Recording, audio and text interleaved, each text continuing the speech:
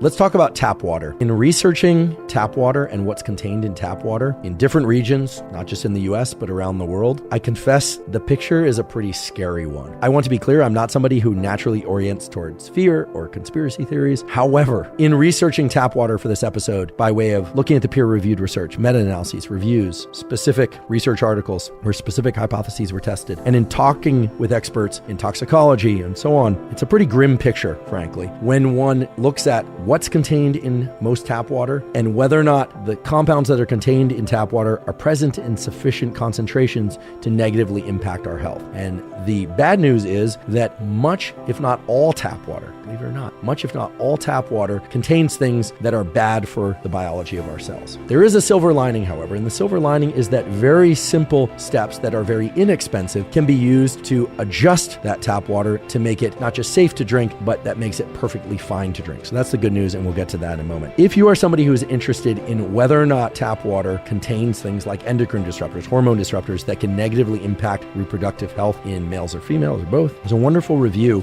wonderful because it's so thorough, although the news isn't great, it's very thorough, which is great, which is entitled Endocrine Disruptors in Water and Their Effects on the Reproductive System. This is a review from 2020 that analyzes water from a bunch of different sources within the world and essentially focuses on a few key components. First of all, it focuses on the concentration of minerals, that is magnesium and calcium within water. Many people don't realize this, but so-called hard water sounds terrible, right? But hard water is water that contains magnesium and calcium, which turns out to be a good thing. Some water contains more magnesium and calcium. Other water contains less. They looked at the presence of magnesium and calcium because that is going to impact the pH of water. In general, the higher concentrations of magnesium and calcium in water, the higher the pH. That is, the more alkaline that water is, and the lower levels of magnesium and calcium, the more acidic or lower pH that water tends to be. The other thing that this review addresses is the concentration of so-called DBPs, dog, bulldog, porcupines, DBPs, which are disinfection byproducts contained in water. So obviously local governments, the government, wants your drinking water to be clean. They don't want contaminants in it. They don't want sewage in that water. They don't want chemical contaminants that are going to make people immediately sick. So they treat water treatment plants treat water with disinfection products, and those disinfection products create things called disinfection byproducts. And the presence of those DBPs or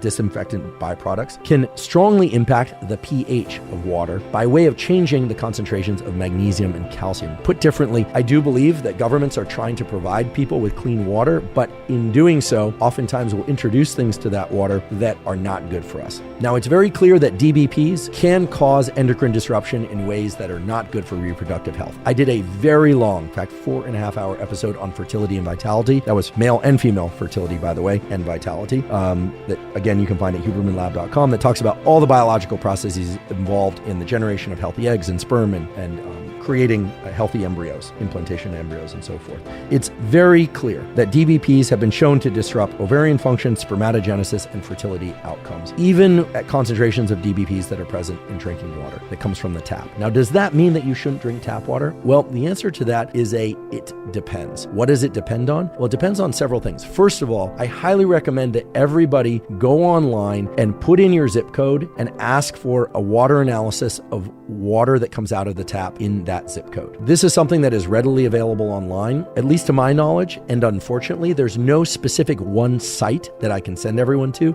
get an in-depth analysis of the drinking water that comes out of your tap. However, I highly recommend that you go online and put in your zip code or municipal area code and figure out whether or not your water contains X amount of DBPs or Y amount of DBPs. Now, of course, you're going to get a bunch of values back, and unless you're a toxicologist, probably not going to know what those values mean. But what you're really looking for is whether or not there are high, low, or moderate levels of fluoride in that drinking water. Why do I say that? Well, there are studies that show that the concentration of fluoride in drinking water is of particular concern for the thyroid hormone system of the body. Now, thyroid hormone has a lot of different roles in brain and body, and thyroid hormone is very important for everything from metabolism to levels of energy. When thyroid levels are disrupted or if thyroid receptors are disrupted, it can lead to depression. When thyroid hormones are optimized, used. It can lead to optimal mood, if there is such a thing, but in other words, it helps keep your mood elevated. It relates to everything from sleep to reproduction. Thyroid hormone is involved in many, many things, including bone health and tissue health generally. So essentially every biological process in your body is impacted by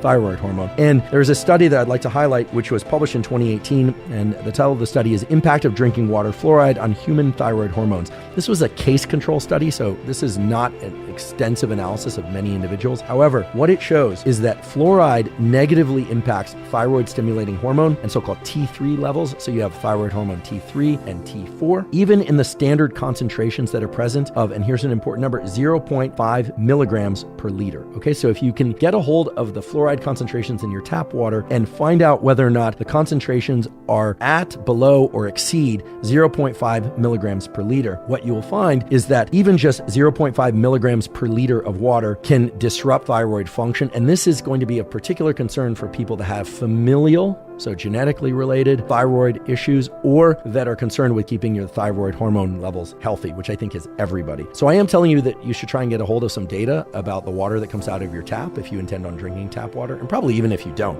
just know what's in your drinking water. Your local government should provide that information, and or it should be readily available online. And in particular, I think it's worthwhile to address how much fluoride is present in your drinking water. Again, I don't want to create a lot of scare. I'm not trying to trigger fear here. I do think, however, by way of reading this review, by way of reading the paper that I just referred to a moment ago, again, links to these are going to be provided in the show note captions, that there is extensive evidence that elevated levels of fluoride in drinking water are simply not good for us. Now, that could open a whole discussion of why fluoride is in our drinking water in the first place at all, but leaving that aside, it seems to me that most everybody should know how much fluoride is in their drinking water, and ideally everybody, yes, everybody is filtering their drinking water. Now, that raises the question of how best to filter drinking water, and that brings an answer of it depends on a couple of things. First of all, how healthy or unhealthy do you know yourself to be? Okay? So if you're somebody who has no health issues, you have plenty of vigor, you're sleeping well at night, you have no autoimmune disease, you're not aware of any health concern, minor or major, well then perhaps you're somebody that doesn't want to filter your water. I would argue that why wouldn't you employ some very low or even zero cost approach to filtering your water? There are going to be other individuals who are suffering particular ailments of brain or body, or both, that absolutely should be filtering their drinking water if they're getting their drinking water from their tap, because it is pretty well established now that tap water contains a lot of these disinfectant byproducts, as well as in most cases exceeding the threshold of fluoride that we know to be healthy for us. How should you filter your tap water? Well, you have everything ranging from the so-called Brita type filters. So these are going to be carbon type filters or other filters that you essentially put over a container or a compartment where you can pour the water over it and goes into the compartment below. Will those work? Are they sufficient to filter out the disinfectant byproducts? The general answer is yes, provided you change the filters often enough. However, it is not thought, unfortunately, not thought that they filter out sufficient fluoride. So what I highly recommend is, depending on your budget, that you go online and you search for at-home water filters that can filter out fluoride. There are a number of straightforward and inexpensive tools to do that. And here I don't have any relationship to any of the water filters or things that I'm going to mention now. I want to be very clear about that. There's no brand code or affiliation here. I'm simply trying to direct you to resources that will allow you to filter your tap water for it to be more safe for you to consume in a way that meets your budget, with the understanding that people have very different disposable incomes. So the range of costs here is going to be pretty tremendous. I just want to get that out of the way first. There are water filters that you can use repeatedly. So these are what I'll refer to as pitcher filters that are less than $100. Now keep in mind that that's a one-time purchase, except for the replacement of the filters, which fortunately doesn't have to be done too often. So there are different filters. I'll provide a link to one that I found that is, at least by my read, of the lowest possible cost. So this is the so-called clearly filtered water pitcher with affinity filtration. So this is a filter that can adequately remove fluoride, lead, BPAs, glyphosates, hormones, and some of the other harmful things that are contained in most tap water. Again, I do realize that for some people, even an $80 cost is going to be prohibitive, but do realize that what you're doing here is you're purchasing a unit that can be used repeatedly over and over. The reason why it's lower cost than some of the different filtration approaches that I'll talk about in a moment are that you can't really put all the drinking water that you would use, say, for an entire week or for an entire month in one pitcher. You're going to have to repeatedly pour water into the pitcher in order to filter it. Now, as I mentioned before, the range on water filter costs for filters that can adequately remove fluoride and all the other things that you want out of your tap water is immense. In fact, you can find, whole house water filters that are, $2,000 or more. Again, these are going to be filters that are going to be in your garage or in a laundry room that are going to basically pull from the piping system of your house and deliver purified water. Technically, it's not purified, but that's removing these contaminants and fluoride from all the sinks in your house, so you can effectively drink from any or all sinks in your house. That's what explains the higher cost. I think most people are probably not going to have the disposable income or have the opportunity to include one of these whole house filters, although if you do have the means and it's important to you, you could do that. And then there are going to be what I would call intermediate systems, so systems that cost somewhere between $200 and $500. One of the more common ones or popular ones is a so-called Berkey filter system. These are filter systems that, again, remove the things that you want removed from your tap water, and they can do it at higher volumes, and they're typically countertop units.